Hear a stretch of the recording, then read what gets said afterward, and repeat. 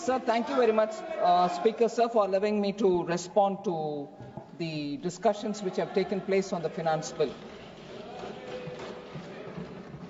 This finance bill, sir, we have attempted to do several things which, as per the expectation and aspiration of the people of India, and also the goal that the Honorable Prime Minister has given us towards a Vikasit Bharat by 2047, which is hardly 22 years from now. So we have done a lot of major steps through this finance bill. It's actually a bill which aims to provide tax certainty. It rationalizes a lot of provisions which are towards ease of doing business and also provides unprecedented tax relief in honor of the taxpayers of this country. So I'll straight go to talking about the direct taxation, in which the income tax is something which I'll spend a minute on, and then talk about the other direct tax reforms that we've undertaken. We've recognized the strength, spirit, and the contribution of the Indian middle class, and as a result, this budget has, under the new tax regime, come with a proposal that there will be now zero income tax payable for income up to 12 lakh rupees. So that is an average of 1 lakh rupee per month salary, which is going to be tax-free, completely tax-free. So for the salaried taxpayers, this limit technically will be even higher. At 12.75 lakhs, which is inclusive of the 75,000 rupees standard deduction, and the marginal relief that is going to be applied for the taxpayers reduces the tax burden on the marginal rise in the income beyond the limit. So I will elaborate this point in response to some of the members who have asked specific question about what happens for those who are crossing 12 lakhs per annum income. I'm also glad to say that through this finance bill, we have brought in the new income tax bill, meaning I have not presented it as part of the finance bill. The introduction of the new finance bill during the budget session this time, which of course is rightly gone into a select committee's review, post which we will take it up in hopefully in the monsoon session, aims to. Yes, I thought I said that. I said it is not brought through the finance bill. It is a new income tax bill. Thank you. So brought during this budget session, but hopefully we'll have it taken up for discussion in this House during the monsoon session. So during this budget session, sir, not only the provisions and also certain reformatory steps taken during the through the finance bill, the rationalization of customs also is a major thing that I'll come to talk about in a minute. So the steps taken for the customs duty reduction are also post elaborate discussion with the stakeholders. So there has been an element of Jan Bhagidari, both in the preparation of the new income tax bill and in the larger finance bill itself. The other direct tax reforms, sir, are worth mentioning. We have brought down certain TDS and TCS provisions. We've increased the thresholds so that the deduction of tax starts at a higher threshold rather than a lower. In respect of sale of goods, the requirement of TCS, particularly under the section 206C, 1H, is proposed to be done away with. You're completely removing it. Further, considering the difficulties which is faced by the taxpayer, we now propose to allow the benefit of 2 such self-occupied properties without any condition. And that is a major step which will benefit the middle class, because in order to prove that the second house is also under their occupation, they do quite a few of paperwork and diligence has to be kept up. We are now saying you don't even need to do the paperwork. We take it as you stated for the second self-such occupied property. In order to streamline the process of transfer pricing, sir, and to provide an alternative to yearly examination, we have proposed that a scheme of determining arm's length price in international transaction for a block period of 3 years at a time. So this will be in line with the global best practices. So annually, people do not have to rush to prove what the transfer pricing commitments will be. Further, we've also, with a view to reducing the litigation and provide certainty in international taxation, the scope of safe harbor rules have been expanded. Instead of having it narrow and expecting people to continuously come and prove that it is required for their business, we've widened it, and the safe harbor rules are therefore broader in favor of the assessee. Further, the presumptive taxation regime for non-residents is also now a lot more relaxed, particularly in the case of those businesses or resident companies which are operating in electronics manufacturing facilities, because electronics manufacturing demands supply of components in time, and those specific components will have to be brought in. If time lapses in their supply from the original equipment manufacturer, the production itself will suffer.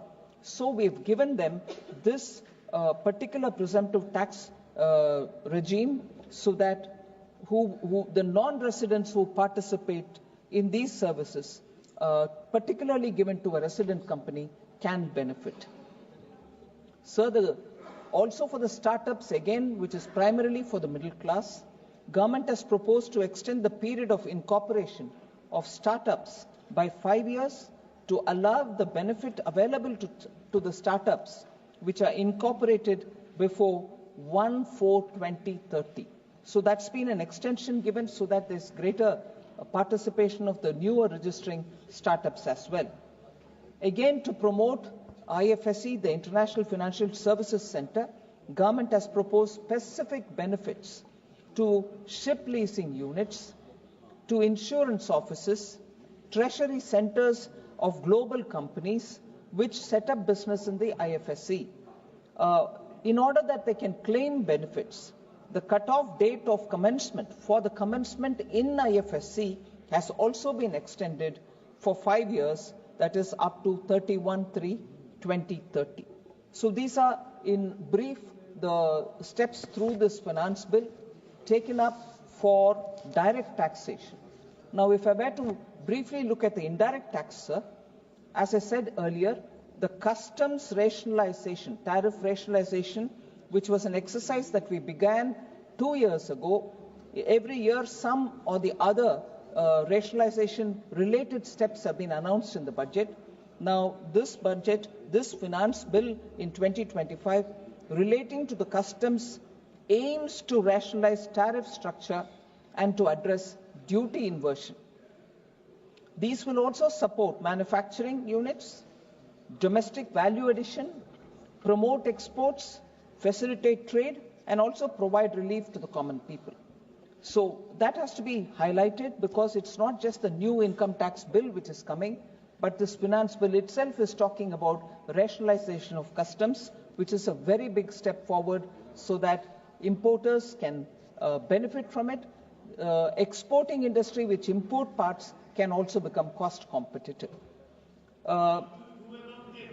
So, Budget 2025, sir, we aim to boost domestic production and enhance export competitiveness by reducing duties on raw materials and inputs, making domestic products more cost effective, as I said a minute ago.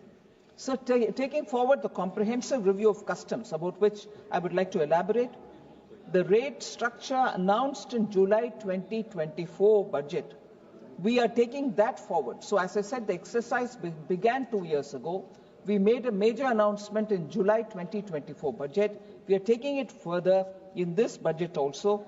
So this finance bill actually proposes to remove 7 customs tariff rates for industrial goods.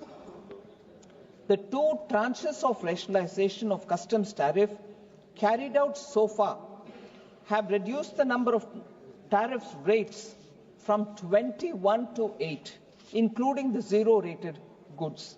Many Indian exporters have become cost competitive, and one matter which will interest honourable members is when you're looking at cess and surcharge, we made sure that on no one item on the customs duty where it is being imposed, both cess and surcharge would be imposed. We are looking at that, and therefore in this budget, in the finance bill, we have proposed that only one can be applied, and therefore only one cess or surcharge will be applied on any one item. So, for instance, social welfare surcharge will be now exempted from 82 tariff lines which are subject to a cess. So the double burden of both cess and surcharge on any particular item is being removed. In addition, sir, we also propose to add 35 additional capital goods for EV battery manufacturing and 28 additional capital goods for mobile phone battery manufacturing to the list of exempted capital goods to boost domestic manufacturing. So this will actually have a bearing. So EV battery manufacturing will be a lot more cost competitive because 13 additional capital goods are being exempted. So 28 additional capital goods for the mobile phone battery manufacturing are also being exempted. Sir, we also propose in this finance bill to fully exempt basic customs duty on cobalt powder, waste, the scrap of lithium ion battery, lead, zinc, and 12 more critical minerals. So this is in addition to the 25 critical minerals which were fully exempted from the basic custom duty in the July 2024 budget. So we have not wasted time. After that, we've rapidly also brought in more goods, particularly critical minerals, into this exemption due. So the Customs Act as 1962 does not provide, as it prevails now, does not provide any time limit to finalize provisional assessments leading to uncertainty and cost to trade. So as a measure of promoting ease of doing business, in this finance bill, government has proposed to fix a time limit of 2 years, extendable by a year, for finalizing the provisional assessment. That will itself bring in a lot of certainty for those importers and exporters. Sir, we also propose to extend the time limit for end use of imported inputs in the relevant rules from 6 months to 1 year. What this actually means is some exporters, in order that they produce goods for export, import some components. The customs duty is not paid because they're bringing it for the production of goods which have to be exported, because we don't export taxes. But for that use of that component which is imported, we normally give 6 months, saying you brought it in June 2025, by December 2025, you should have sent that product out, that product which you manufactured with this particular item imported. Many exporters found it difficult. The 6 months period is not sufficient. So for them, we have extended that time period to 1 year. So this is more an export-friendly measure that we have taken. So we have actually allowed the industry to better plan their imports, and also we are providing operational flexibility. So these are as about the finance bill as it was presented to the House. We are, of course, coming up with some government amendments. The amendments which are being brought, 4 of them I'd like to highlight. The simplified safe harbor regime in Section 9A for investment funds managed by fund managers in India. Normally, these fund managers are expected to verify that no one exceeds the 5% limit. in terms of direct investment or indirect investments. So it is proposed to be made further simpler by removing this 5% condition for monitoring indirect investment, because it becomes too cumbersome for them to search for who the investor is indirectly, and that itself hampers investment, so we are removing that. Clarificatory amendments in the provisions for IFSC's provisions and presumptive taxation for service providers for electronic manufacturing units is also being brought in as government amendment.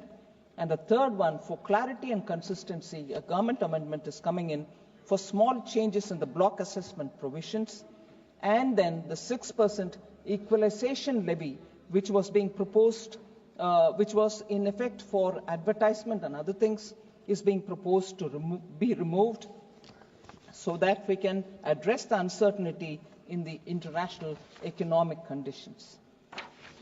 So largely, these are the major... yes, I'll answer.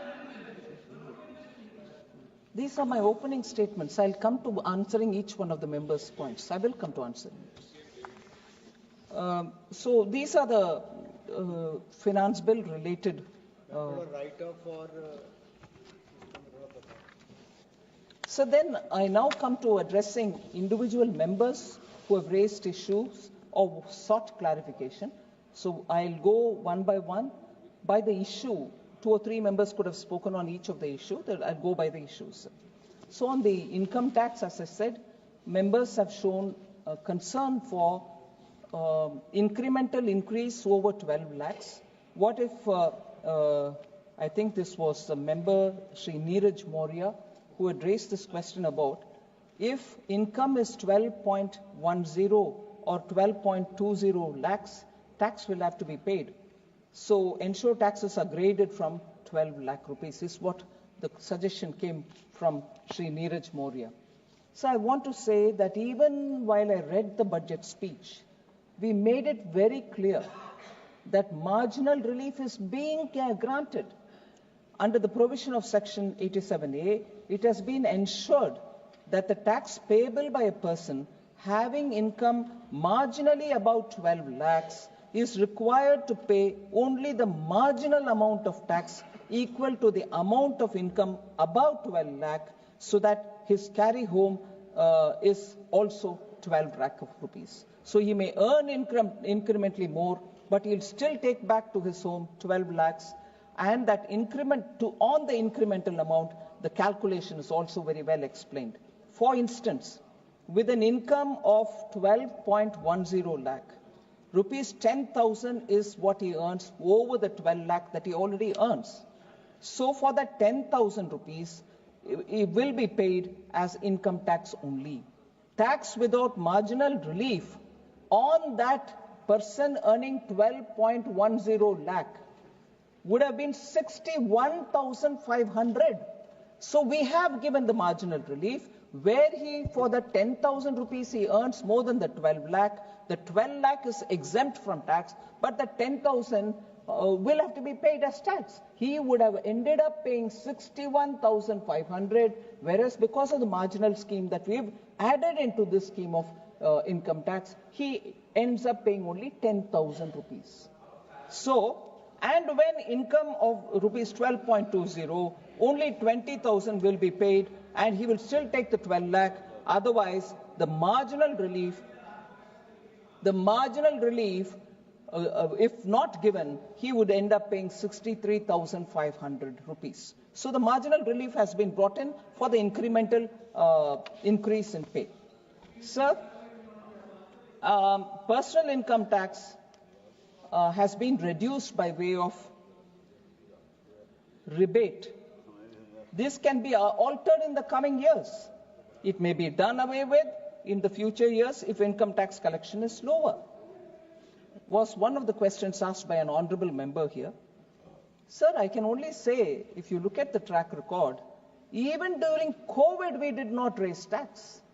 So where we have come up with a rebate in order to benefit the middle class, an element of suspicion is being brought in, saying, what if tomorrow you... I'm sorry, sir.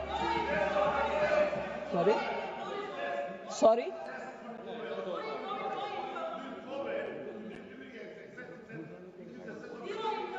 Sorry?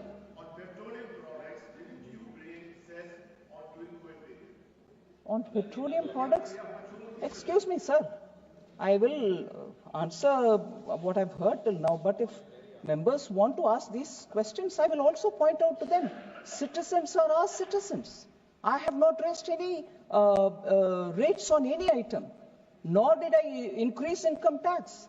But if fuel is being brought to discussion, and that too by honorable member from Tamil Nadu, I will say their manifesto promised. They have not fulfilled their promise, and he is asking me questions. Amazing. So, sir, N.K. Premachandran ji has said collections in personal income tax have shown considerable buoyancy in the last few years. His question was, how are you showing income tax collection growth while giving 1 lakh crore revenue foregone?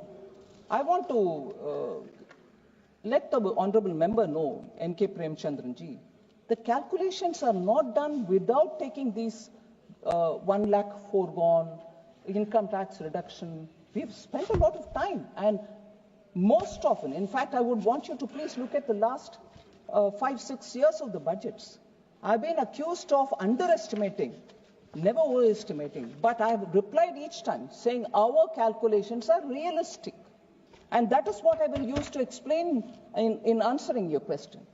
Collections in personal income tax have shown considerable buoyancy, sir, in the last few years. They have been increasing around 20% year on year. For the year 25-26, the personal income tax projection is 13.6 lakh crores. The RE for 24-25, I'm talking of the projected, which is BE for 25-26, is 13.6 lakh crores. The RE of the year that we are completing, which is completing on 31st March now, is 12.2 lakh crores. So 12.2 lakh and going to a BE of 13.6 is done with a certain realistic calculation. The projection, sir, of growth for 25-26 is around 13.14%. The effective dip of around 7% in personal income tax growth is on account of the factoring in of the revenue foregone, which is 1 lakh. So the dip is already shown for the 1 lakh crore which is being foregone. So the calculation is after showing the dip. And that is why it is a realistic number. So the projected collections for income tax for 25-26 are based on sound data. Sir, income tax receipts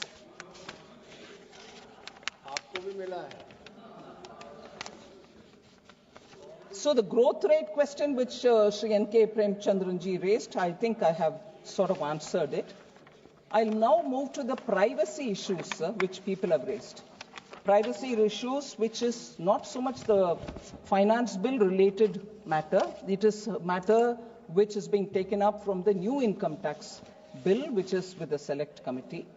But I want to assure the honorable member that a provision particularly to look at the data exists in the current environment, particularly in certain cases of search and seizure authorized by the competent authority, where access code is not available and the person concerned is not cooperating with the proceedings, the authorized officer may gain access to such computer system exists even now.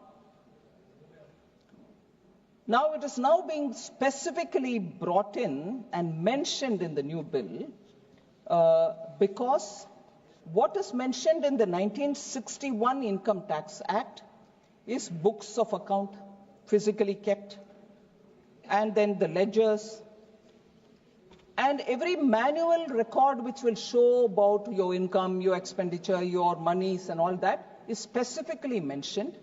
And since the 1961 Act does not mention the digital, most often it becomes contentious. People go to the court or question, all right, I've shown you my ledger, but why do you want my passcode so you will see my digital? Becomes an issue. So in order that what prevails now with a gap, that gap is getting filled up in the new income tax, which is before the bill, which is before the select committee. So in this, I will take a minute to explain as to why that digital thing will have to be brought in. Sir, encrypted messages and mobile phones, unaccounted money to the extent of 250 crores have been detected when the encryption has been decoded. One. Second, evidences which have been seized from WhatsApp messages, particularly crypto assets worth more than 90 crores, and the network of people involved in it have all come out of WhatsApp messages. Now, if the law does not give you the legal backing, in spite of the fact and evidence being in your face, you will have to go stand in the court to say, yes, but the law doesn't provide, but the evidence is here, the money is being misused, it is unaccounted money. It becomes tedious. And therefore, the digital element has to be brought in. I'll bring in one more example, sir. WhatsApp communications and incriminating materials found from such conversations helped to unearth the syndicate and identify the end beneficiaries of bogus bills worth 200 crores. So do I go to the court again saying, but the law doesn't allow me to look at WhatsApp messages? So we need to bring in. There's also another example, sir. Capital gains of 150 crore on sale of land was reduced to 2 crores by creating false documents of land cost of acquisition and also using all payments in banks statements as claims of investments and improved expenditure. So the WhatsApp group of key persons include many professionals also, unfortunately. So we had to contemplate on how to be lawfully on the side of law to say that these evidences which are incriminating in themselves, therefore it has been brought in. I can also give one more, which is evidences have been found with the help of Google map history. So in the case of Google map history, sir, found on the phone was used to determine the frequented locations of individuals who enabled location history. This enabled detection of hideouts where cash and unaccounted transactions are kept, and that also came of help. So there is a need for us to change or add the digital elements into the Act itself. So one last example for that, sir. The prohibition of Binami properties, Instagram accounts was used to establish the beneficial ownership of vehicles. Expensive vehicles, no ownership details, track it at the going backward and forward. We could break the case by using Instagram. So benefit of technology for the sake of country's exchequer.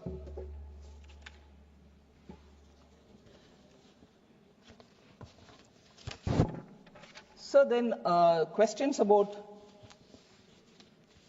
pending appeal cases, that CBDT has poor dispute management and pursues all cases. So I would like to say, sir, in order to reduce the number of pending appeals, several measures have been taken by the CBDT. One such a thing is the enhancement of monetary limits for filing of appeals by the department before the Income Tax Appellate Tribunal, High Court or the Supreme Court. Creation of new posts of joint commissioners for appeals exclusively. Also, we came up with the direct tax Vivad Se Vishwas scheme in 2020 and also in 2024. Twice we brought this, and this has helped in reducing the pending appeals. And the famous, or not so famous, repetitive appeal. A new section 158AB is inserted so as to provide that if a question of law in the case of an assessee is identical to a question of law pending in appeal before the jurisdictional High Court or the Supreme Court, or in any case, the filing of further appeal to the appellate tribunal or the jurisdictional High Court in the case of assessee shall be deferred till such a question of law is decided by that relevant court. So that's been a major step in holding the department back, the CBDT back, from going into a case which is already, a similar such case is already in a court. We don't want to pursue it. We'll wait for the final verdict to come from there. So also there was this question by Mohammed Bashir ji, dispute resolution mechanism of department is very poor.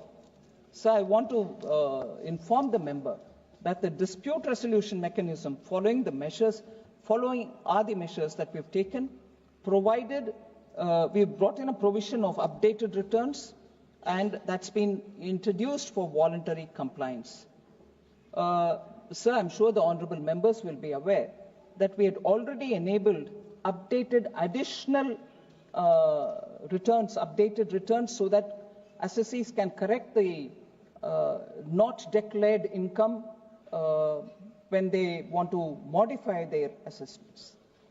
For within the first year, if you modify and come up, we only say pay 25% additionally. And if the second year they come up, we say pay 50%. And these two, first year and second year modified amendments, provisions have actually been well received by the assessees. So we are encouraged to bring in the third year and the fourth year modified assessment provision for the benefit of the tax assessees, that when they came in the first year, they paid only 25%, second year they paid only 50%, third year they will be now given the option to choose, and they can just pay 60% and close the whole business, or the fourth year, if they want to modify, they pay 70%, and that is where the story would end. So the dispute resolution committee has also been constituted.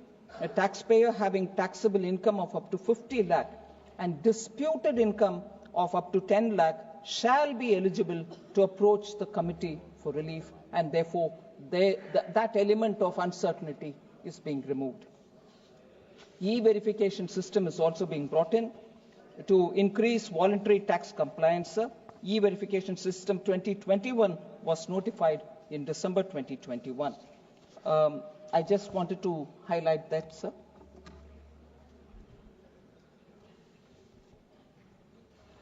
We carried out a nudge campaign, sir. I'd like to inform the honorable members about it. This is in relation to assets and monies kept abroad. I'm sure the honorable members, many of them would recall that in 2018, my eminent predecessor, Sri Arun Jaitley, had made an announcement in the House that there is an agreement globally now to share information. India will be receiving a bulk of information of Indian accounts being held outside, and every year we shall use that, and where prosecution has to be, or where cases will have to be filed in the court, because not everybody's name and account number which comes in are of people who are holding tax evaded money. They can be genuine accounts also, because the stock that they send, the bulk, the data dump that they give us, has everybody's account in it. So using that, we have really been nudging taxpayers, saying we've got this information about your property abroad, about your deposits abroad. Would you want to look at it and come back to us? That has actually helped us, and I'd like to highlight how. We nudge the taxpayers to voluntarily disclose their foreign income and assets. SMSs and emails were sent to around 19,501 select taxpayers, asking them to review their income tax returns filed for the year 24-25 based on the information available on the income tax about their foreign deposits. The result of that campaign, I'm happy to share with the honorable members, out of 19,501 taxpayers, a total of 11,162 taxpayers revised their returns and filled scheduled foreign assets form and declared an total assets of 11,259.29 crores, disclosing foreign income of also 154.42 crores. So the nudge campaign about properties abroad which have never been disclosed have been, because of the campaign, successfully at the ease of the tax assessee been declared, and also the monies due have been paid. In addition to this above, 883 taxpayers reviewed their IT returns and corrected their status from resident to non-resident. Even that correction happened because we were able to give them the facts and ask them to either accept or give us a reply about it. So in their revised return for the year 24-25, they have said, no, they are not residents, but they should actually be treated as non-residents. So due to this outreach, there was a ripple effect, sir. This resulted in an addition of 13,516 taxpayers declaring foreign assets worth 7,564 crores and foreign income of 353 crores, or approximately, that is, in their revised return for 24-25. So cumulatively, this simple nudge has resulted in declaration of foreign assets worth 29,208 crores and foreign income up to 1,089 crores in the Schedule FA by 30,161 taxpayers. So this attempt by the Government of India to make sure people who have not declared their assets can now declare it by us taking a proactive nudge-based approach. So I'm very happy that this step is being responded well by the assessees as well.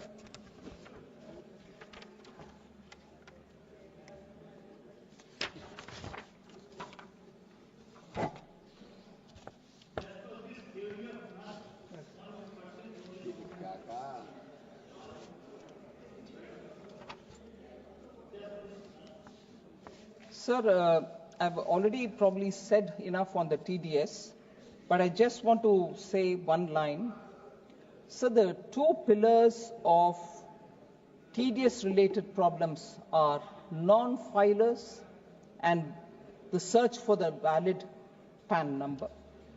So this finance bill, we have proposed to omit the section 206AB and section 206 CCA, under which higher rates of TDS and TCS were levied in cases where the deductee or collectee were non-filers. Most often, non-filers were the ones on whom action had to be taken because they collected the TDS but did not deposit with the government's account, or they did not show because PAN and Aadhaar card linkages were not available with them.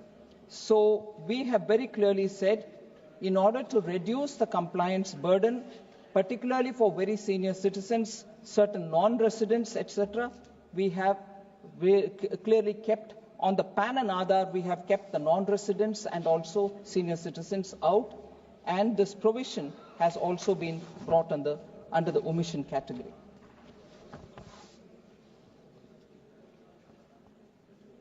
So there was this question by several members, Vishal Dada Patil, Shri Vishnu Prasad and also Shri Mohammad Bashir, as to why the two tax regimes should continue to run parallel. I just want to say, sir, it is a stated policy of the government to phase out exemptions, deductions and other incentives, while at the same time gradually reduce the tax rates. And we have provided as an option rather than a forceful decision to say we are shutting down the open. We are not. We are running both in parallel so that people who benefit from the old regime can please continue to be so. I am not drawing them to the new regime till such a time they either have exhausted all the exemptions or they choose to come here because of the rates. So that is why both the regimes continue. Sir, Shri N.K. Premchandran ji spoke about why did you have to reduce the corporate tax?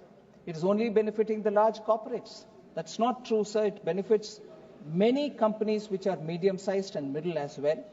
But has it benefited India? Yes, it has.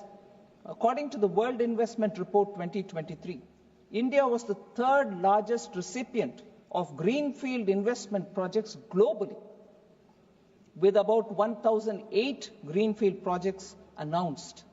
Additionally, the number of international project finance deals in India rose by 64%, making India the second largest recipient of such deals.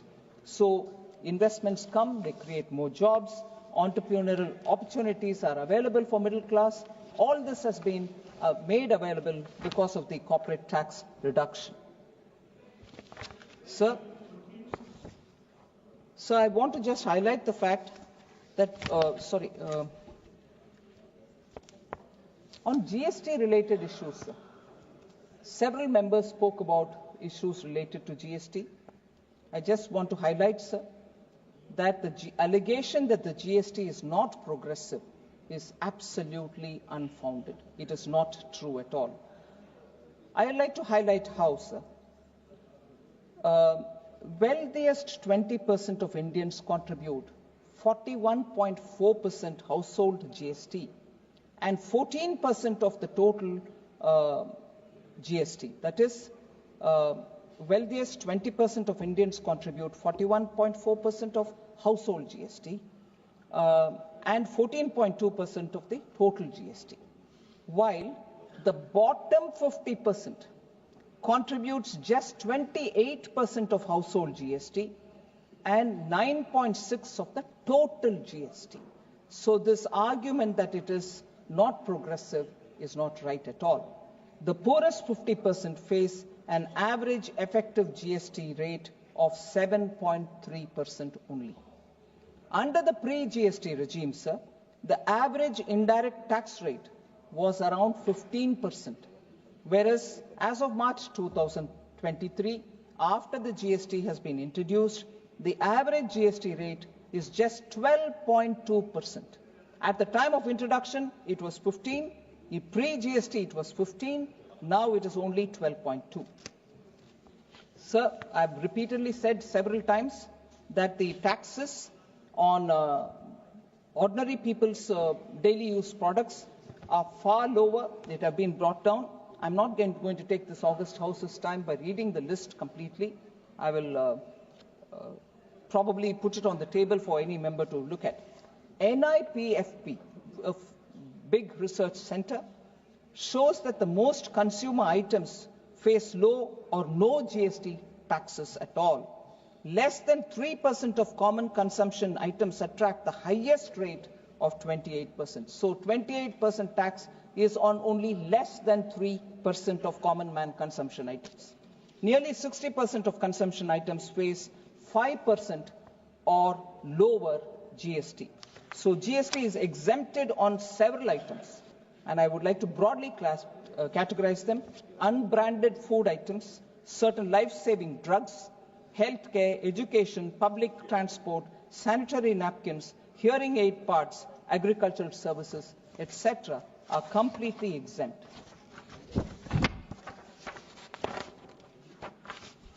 Sir, several members seem to have said no discussion on reducing GST and reduce the number of slabs in this parliament.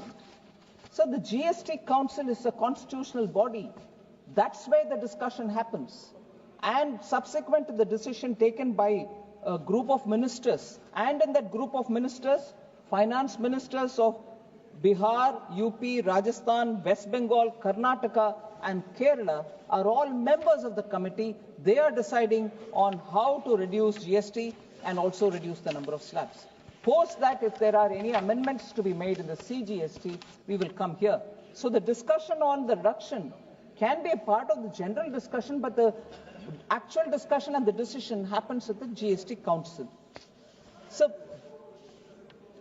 sorry?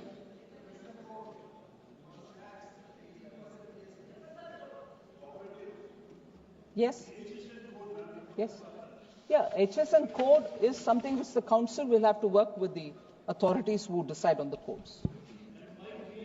Sir, 5% GST is imposed on muscular atrophy drugs, where the cost of the drug is 80 lakhs for 1 year. This was Srimati Sangeeta Roy from AITC. I just want to highlight, sir, that the IGST on import of drugs for rare diseases, including muscular dystrophy, has been fully exempted when imported by the patients for personal use. So there cannot be a GST on it. So I just want the member to please hear this. Once again, I'll repeat that the import of drugs, the IGST on such imports for rare diseases, including muscular dystrophy, has been completely exempted for patients for their personal use. Second, they are also exempted for person or institution which are recommended under the listed centers of excellence for their research or for any other testing. So they are all exempt, sir. So they were questioned. Hebe Aiden had raised this question about how Lord Ayyappa's Prasadam has been put under GST. And also talking about food prepared, like rice dumplings, are also under GST. I just want to say, sir, prasadam supplied by religious places, like temples, mosques, churches, gurudwaras, dargahs, are completely exempt from GST. I want the honorable members to kindly take note of this. They're completely exempt from GST. Sir, as regards reducing the rates on items in which the tax is being levied, as I said, there is a GOM which is looking into it, particularly for the food sector related queries. The GOM will take a call. So then, 18% GST on prosthetics is insensitive. Reduced GST on prosthetics and life-saving equipment was observed by one of the members. I just want to say, sir, from 2017 to 2022, like as it was before, the prosthetics attracted 12% GST till 22. Then in the 47th GST Council held in June 2022, the GST rate was reduced to 5%. Life-saving medical equipments, most medical devices such as X-ray apparatus, alpha, beta, gamma radiations for medical surgery or veterinary purposes attract concessional GST rate of 12%. Artificial parts of the body attract 5% only as GST. So I just want to be clear that GST is not levied on certain critical life-saving equipments. So there was this question about Suksham Sinchai, the micro irrigation. Devesh Shakya, member, asked this question. The GST rate on drip irrigation systems, including laterals, sprinklers, and products, has been reduced from 18% to 12%, as per the decision taken by the 25th GST Council meeting on 18 January 2018. On the GST cess, there was a DMK member, Malayarasan, sorry, the spelling is wrong here. Malayarasan ji had asked this question on GST compensation, sir. I think I've answered this question several times. GST compensation, first of all, let me make it clear. There is no due whatsoever to states on GST compensation. When they have sent the utilization certificate or audited certificate, not utilization, the auditor's AG's certificate, everybody's money has been given. The law itself says that after June 30th, 2022, there's no compensation cess. So we are not collecting. What we are collecting now is actually being collected to repay the debt that was taken during the COVID time. When there was no income to share, we had to borrow to give the states, and that is what is being collected now, and that's also should be ending by early 2026, which is another 7-8 months. Sir, on the GST or insurance, again, the GOM is looking at it, and they will come with a decision, and that can be taken up by the GST Council, so I'm not elaborating much on it. Sir, GST, again, like the temples, there has been this question about, are you levying GST on education and healthcare related items? Again, I want to explain, sir. Following are the exemptions that are already provided to the education sector. Services provided by an education institution to its students, faculty, and staff are completely exempt. Services by an education institution by way of conduct of entrance examination is exempted. The following services are also exempted. Services related to admission to or conduct of examination by such institutions are exempt. If provided to preschool or up to higher secondary schools, any service, such as transportation of students, transportation of faculty and staff, catering, including midday meal schemes sponsored by the central government or state government or the union territory, security or cleaning or housekeeping services performed in such education institutions are all exempt from GST. Supply of online educational journals or periodicals are exempt, and that is also provided for higher education institutions.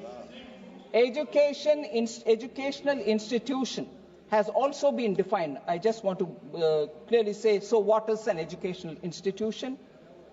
Defined as an institution providing services by way of preschool education, education up to higher secondary school or equivalent, education as a part of curriculum for obtaining qualification recognized by any law for the time being in force, and education as a part of an approved vocational education course.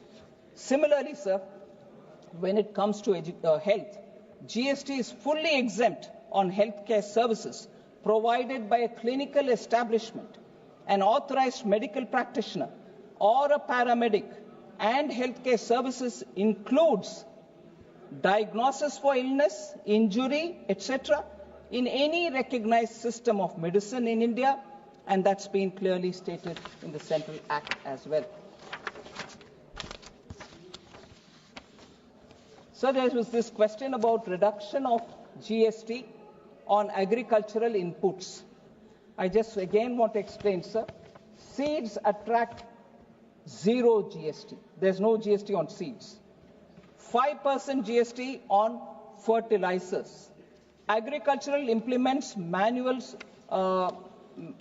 manually operated or animal driven, and hand tools attract zero GST. And then tractors attract 12% GST. Agricultural pumps attract 12% GST. So a proposal to reduce GST on farm inputs like tractors from 12% to zero, farm inputs like drip irrigation system, other agricultural equipment, pesticides, fertilizers to zero was placed on the 45th GST Council meeting held on 17th September 2021, but the Council did not recommend it then in 2021. I want to just put that on record, but of course, now the group of ministers is looking into it. So the items will be looked at by the GOM and they will take a call, sir. Sir, there were several other questions related to the budget, not so much on to the finance bill, so I'm not taking those, except for the proposal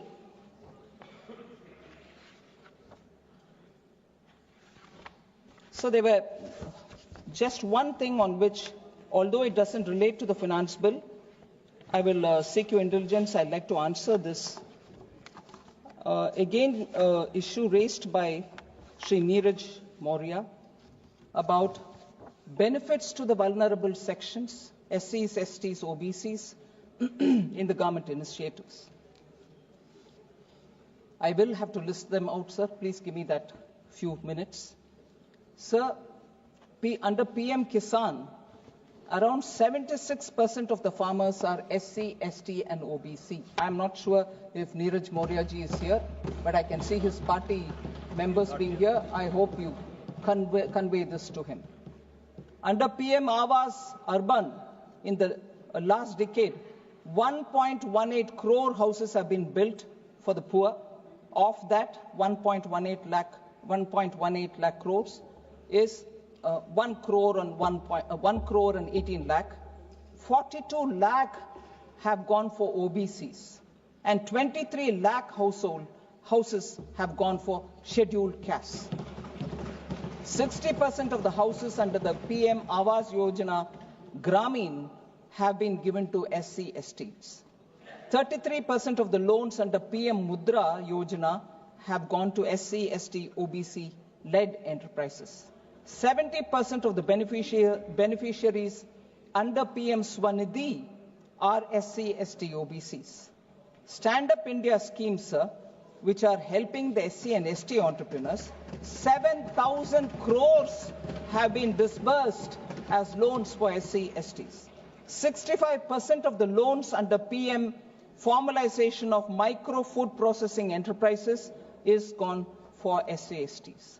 And October 24, Honorable PM launched the Dharti Aba Janjatiya Gram Utkarsh Abhiyan to address critical gaps in the social infrastructure, health, education and livelihood development in 63,800 tribal villages.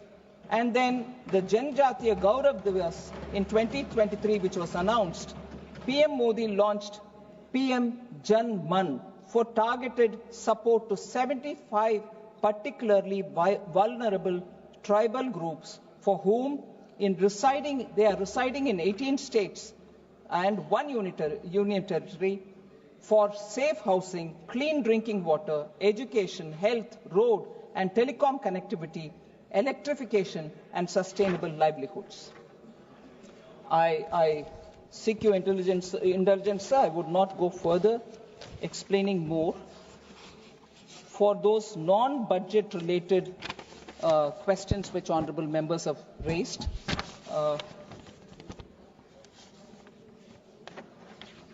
the benefits of PLI scheme and so on, I'm not elaborating more. K.C. Venugopal ji asked about the pay commission. I take this opportunity to explain. Sir, our government has always been sympathetic towards the employees and pensioners' issues. For the first time, this government has implemented the full parity between pensioners of pre and post 7th CPC, Central Pay Commission.